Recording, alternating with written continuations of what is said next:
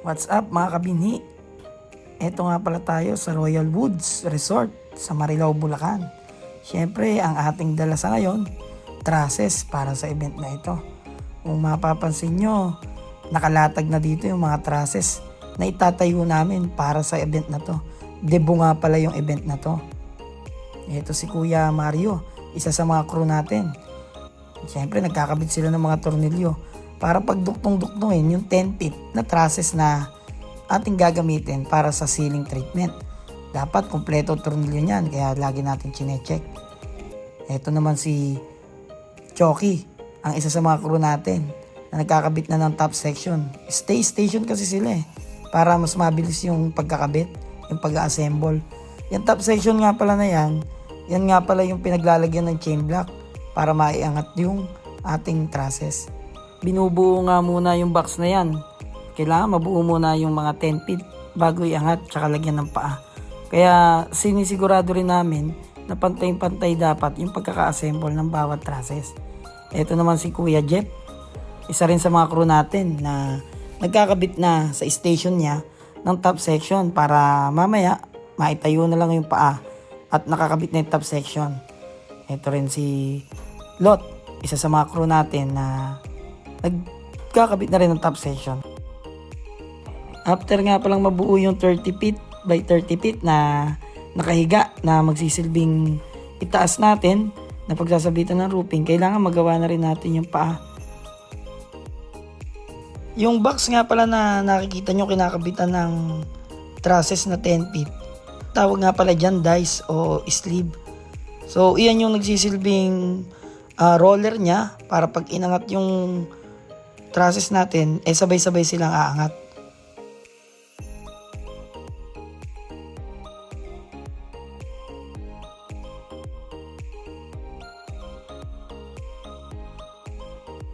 Pag naikabit naman yung 30 feet by 30 feet natin na mga trusses sa dice o sa sleeve, ay syempre ang isusunod naman natin dyan is yung pinaka-poste niya. Dito nga pala sa poste na to, 2 feet yung ikinabit namin sa mismong base kasi mababa yung venue sasabit kung 15 feet. Kaya hindi na rin kami gumamit ng dibali o yung hinge na tinatawag na poste para hindi na siya sumabit. Ito nga pala yung panggitna namin na dito kadalasan sinasabit yung mga chandelier nung stylist na nagagayak dito. Kasi may kabigatan din yung mga chandelier So ikinaklam namin yan, ang gamit namin dyan universal clamp.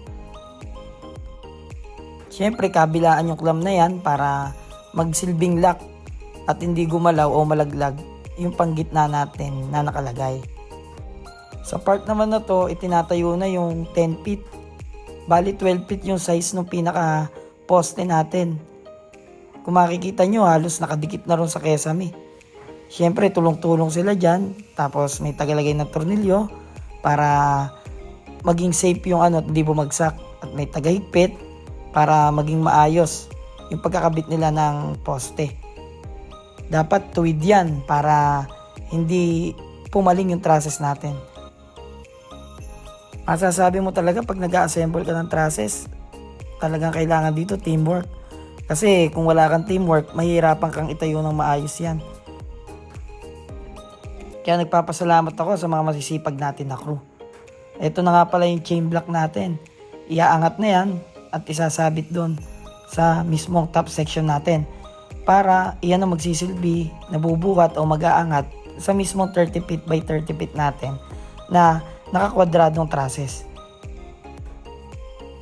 Yung chain block natin na yan, 4 na piraso.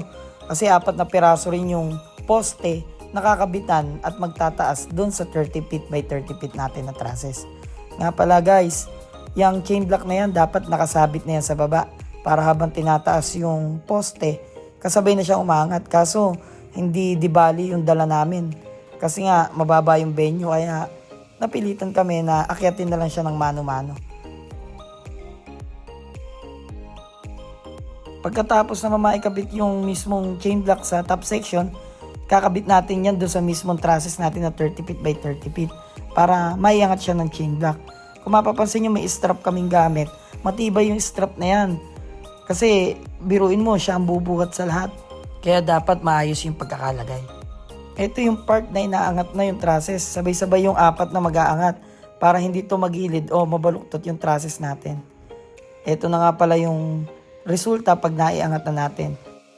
Yung mga stylist na ang bahalang maggayak dyan, nilalagyan nila ng net, chandelier, artificial na mga bulaklak at kung ano-ano pa para maging maganda yung mismong venue at malagyan ng iba't ibang klaseng design. Ngayon, ligpitan na. Siyempre, ilalagay na yung mga gamit sa truck para maiuwi na namin yung mga hindi kailangan gamitin. Double check muna lahat ng mga tools at iuwi natin yung mga gamit na hindi na magagamit para maging maayos at malinis yung venue kapag iniwan natin. Sa trabaho nga pala na to, puyat ang kalaban. Pero alam naman natin na kahit mapagod, kahit mapuyat ka, basta masaya ka sa ginagawa mo, hindi mo iindahin to at kakayod ka para sa iyong pamilya. Kaya dapat lagi kang maging masaya sa kung ano man ang ginagawa mo dahil ang resulta nito ay para sa iyong mga minamahal.